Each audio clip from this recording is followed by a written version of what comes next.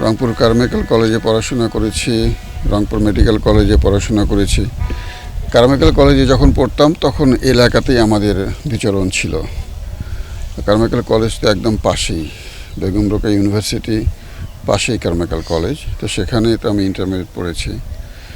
তো পুরনো জায়গায় আসলে সেই কত বছর আগের সব স্মৃতি মাথায় ঘুরছে, সব সুখ স্মৃতি। তো সেই সময় তো দুঃখ ছিল না, সবই সুখ ছিল। বাবার হোটেলে খাওয়া মহাসুখ, সুখেই ছিলাম। এখানে আসবার পরে সব সুখ স্মৃতি মনে হচ্ছে, খুব ভালো লাগছে। আরও ভালো লাগলো আমার প্রিয় বিষয় বাংলা বিভাগে গেলাম, তাদের সঙ্গে অনেকক্ষণ কথা বললাম, অনেক আলোচনা করলাম। সেখান থেকে এসে আমার আরেকটা প্রিয় কাজ গাছ লাগানো। আমার বাবার এই অভ্যাস ছিল। আমার বাবা ছিলেন প্রাইমারি ট্রেনিং ইনস্টিটিউটের সুপারিনটেন্ডেন্ট। আব্বা যেখানেই যেতেন, আব্বার প্রথম কাজ ছিল পুরো ক্যাম্পাস গাছ দিয়ে ভরে তোলা। পুরো ক্যাম্পাসে আব্বা যতগুলি জায়গায় ছিলেন, প্রত্যেক জায়গায় প্রত্যেক প্রতিষ্ঠানে যত গাছ সব আমার বাবার লাগানো। বাবার ওই গুণটা আমিও পেয়েছি, গাছ লাগিয়ে শান্তি পাই। আজকে বেগম রোকেয়া ইউনিভার্সিটিতে একটি গাছ লাগালাম, অনেক শান্তি লাগছে, অনেক ভালো লাগছে।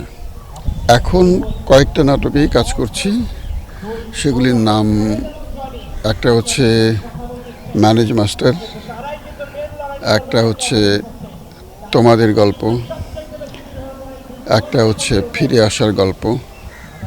দুটো ছবিতে কথা হচ্ছে, শুটিং শুরু হলেই আশা করি শুটিং শুরু করব।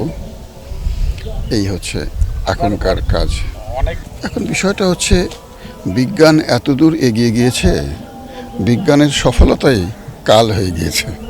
বিজ্ঞানের এত সফলতার মাঝে এগুলিকে ঠেকিয়ে রাখা বেশ কঠিন হয়ে যাবে, কারণ প্রযুক্তি এখন এত উন্নত। মানে আপনাকে আরেকজন বানিয়ে দেবে, আমাকে আরেকজন বানিয়ে দেবে, আমার হাত আরেকজনের হাতে লাগিয়ে দেবে, আমার মাথা আরেকজনের মাথায় লাগিয়ে দেবে। প্রযুক্তি যেখানে এত উন্নত, সেখানে এগুলি আটকায় রাখা কঠিন। সহজ উপায় হচ্ছে সুশিক্ষা নেওয়া। যাই থাকুক আমি ভালোটা দেখব, এই মানসিকতা, এই শিক্ষা যেন আমার মাঝে থাকে। তাহলে যত খারাপ কিছুই হোক আমি দেখব না, আমি শুনবো না, আমি ভালোটা দেখব, ভালোটা শুনবো।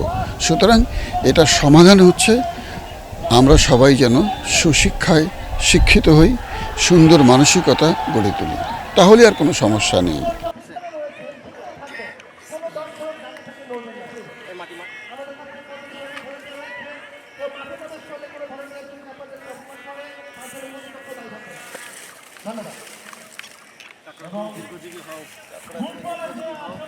যত বছর বাঁচো তত বছর যেন আমিও বাঁচি।